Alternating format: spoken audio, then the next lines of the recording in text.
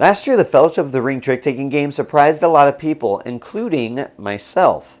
But the real question is did it improve on anything? What changed? And is it still a good fit for families? Let's take a quick look.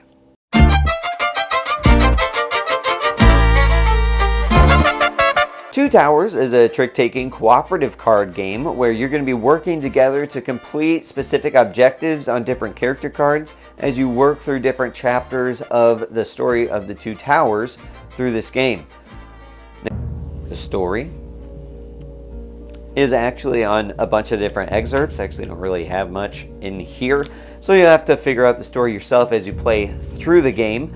But how do you work your way through the book together in this cooperative trick taker? Let's head to the rules rundown to find out. Come on.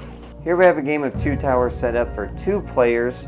To set up the game, you first shuffle up the cards, put out a lost card over here, and then deal the rest out to the other players, where each of the 2 players has their own deck, and then the ghost player gets their pyramid here in the center, and 3 or 4 player games, obviously each player would just have their own hand of cards.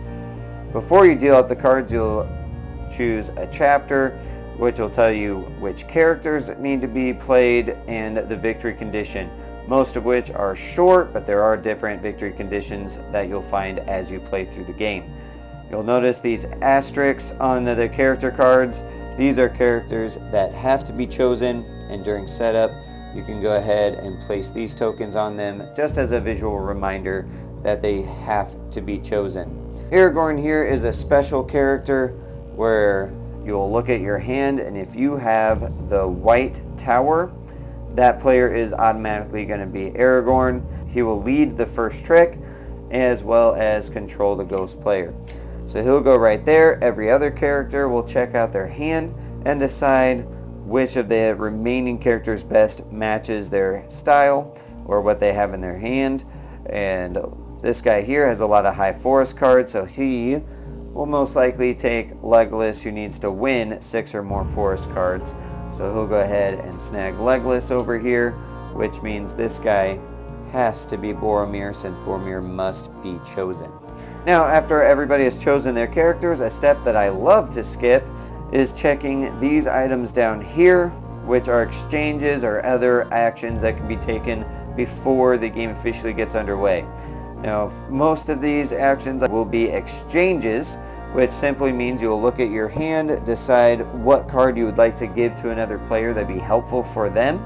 And so maybe I'll look in here, and I know Boromir, he needs to win a few tricks, but I myself also need to win quite a few. So maybe we go ahead and exchange him out with this card, and that's that exchange. Once all those actions are done, we get into the game, where Aragorn, leads the first trick. He might look in here, knows Legolas needs to win some forest cards, so he might go and lead with a 2 forest, and then controlling Boromir, place out the 3 forest card. Legolas will then go into his hand and match that with a 7. Now you have to play the suit from the lead character if you can. Has to happen. So as soon as that's done, you look at the highest card. Legolas played the highest, so he would win the trick, which means he then leads the next trick. So he would look in there. He just wants to get those forest cards, so he'll just play the highest card, the 8 right there. Comes over to Aragorn, who has to play one of his forest cards here, because then just plays that out. But then you'll notice Boromir, he doesn't have any forest cards, so he can then play any card that he has available. So he'll go ahead and just play that in there, and then that win will again go to Legolas. Now, even if he had played another 8 or something like that into this suit, the winner would still go to Legolas, because you only care about the lead suit numbers. So this would come back over here, Legolas well on his way to completing his goal. And then for over here, after you reveal one of these cards completely, then you get to flip that over for the ghost player, so you have more options to play. So now it would go back to Legolas's turn, and that's basically how the trick taking works. You just keep playing that back and forth until you complete the different objectives. Now, Two Towers does introduce two new types of cards. The first of which we'll look at here is a tower card. Now, this card can be led by any player if they have it, and these cards win any trick unless the opposite tower is played. So if this card gets played out and then Aragorn decides, no, I don't want you to win, I want to win, he might play this card out, but then realize, wait a second, I just did us both in, because these towers actually cancel each other out. If the black tower gets played by itself, it automatically wins. White tower played by itself, it automatically wins. Played together, they cancel it out, and whatever the high card of the lead trick will win.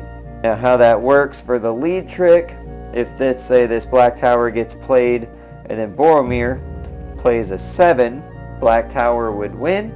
If another hill card gets played, the 7 hill has become the lead trick, so Aragorn can either play a hill card or he can cancel this trick out and play the white tower, in which case Boromir would win with that 7.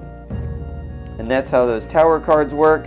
The other type of new card that was introduced are these orc cards that cannot win tricks. You also will lose the chapter if you're forced to lead with them. So if you hold them in your hand too long, you're going to get got, you lose the chapter. So you got to make sure you get rid of those early.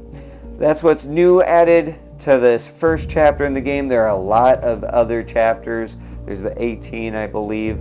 There's a lot of events in there that'll mess around with your towers, as well as just adding different cards to the game. And I won't spoil any of that for you. That's really fun to discover as you play through the game. But that's how you play a basic game of Two Towers. Now that you have a good idea of how to play Two Towers, let's get into the good, the bad, and the biblical, a section where I tell you the things I enjoyed about a game, didn't enjoy so much, as well as a parental guide of sorts, let you know if there's any language, crudeness, or anything that just wouldn't be family friendly or Christ glorifying. We always start out with the components here, which are still amazing. Card quality is still amazing. The luxurious feel of the different wooden components in the box, as well as the art, still looks really solid. Again, just the outside of the box itself has this really nice feel to it. I love it.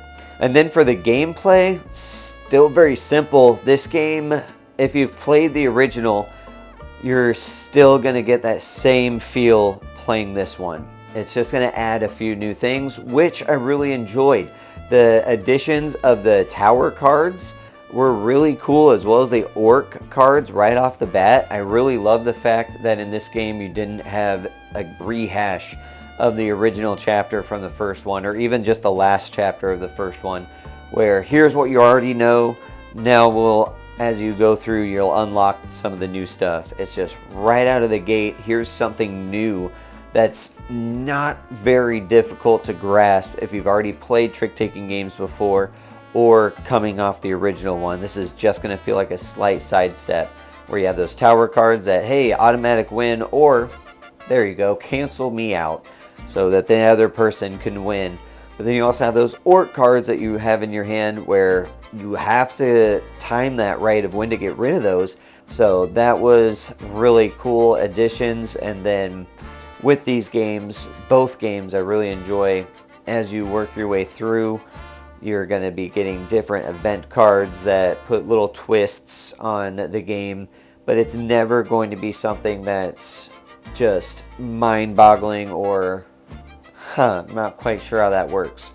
There's one or two maybe that I've had to stop and really look over the rule book to make sure I'm setting it up right, or making sure that I'm getting the win condition just right, but for the most part, it's all very easy. I very rarely find myself having to go to the rulebook even to check, even though they do have little helps in there if you have any questions over each of the chapters.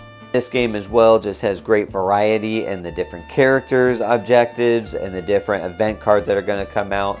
No two chapter is going to feel the same, which is great, but again, not so much to where it's going to be learning a whole new game to play. So I really enjoy that about both of these trick-taking games. Now the theming is still just as good in this game as it was in the first one. I would say that it's It's still just a card game, so you're not going to get a ton of theme, but I think with what they had to work with, they did a good job implementing the theme into that. Hey, thanks for watching this video here on Faith and Board Games. If you're enjoying the content that you are seeing, feel free to hit that thumbs up and subscribe button. It's a free way for you to show support for the channel, and it just helps me be able to produce more of this content for you. Thanks once again for watching here on Faith and Board Games. Let's get back to the video. That's the good. Now getting into the bad.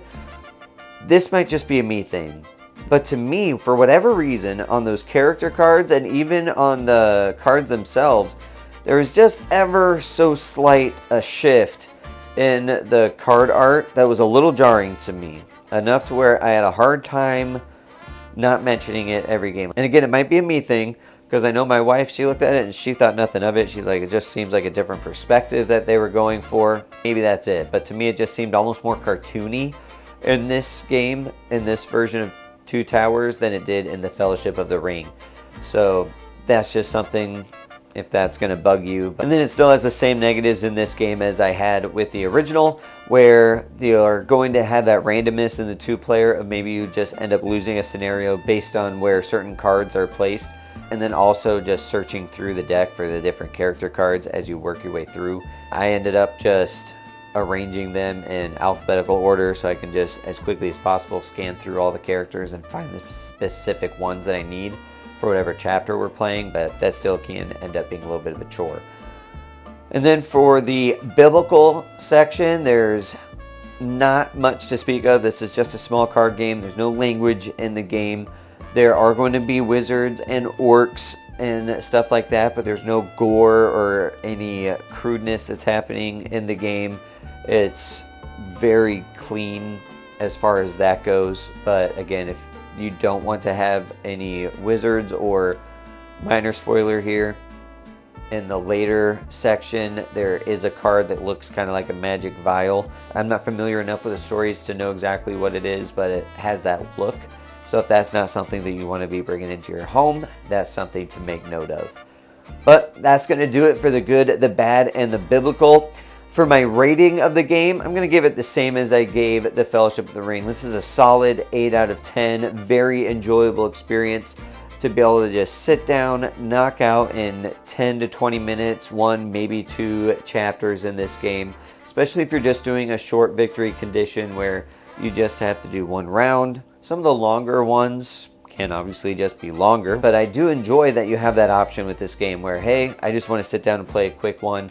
Boom, knock out a quick short victory condition, but maybe let's sit down. This is going to be the game we play tonight. We can knock out one of those long victory conditions or 2 to 3 chapters. So I really like the variety in the gameplay that this gives to you, the flexibility it gives to you for a game night that you can have with your family. And that leads us into who this game is for. I would say these games work great for families. You start getting into that mid to upper elementary, this is going to be a great family weight game where most people would be able to play this at any level of gaming. It's just match the cards or just try to figure out these objectives together. It's going to be another win for trick takers or lovers of Lord of the Rings games. I think this would be great to add to that collection.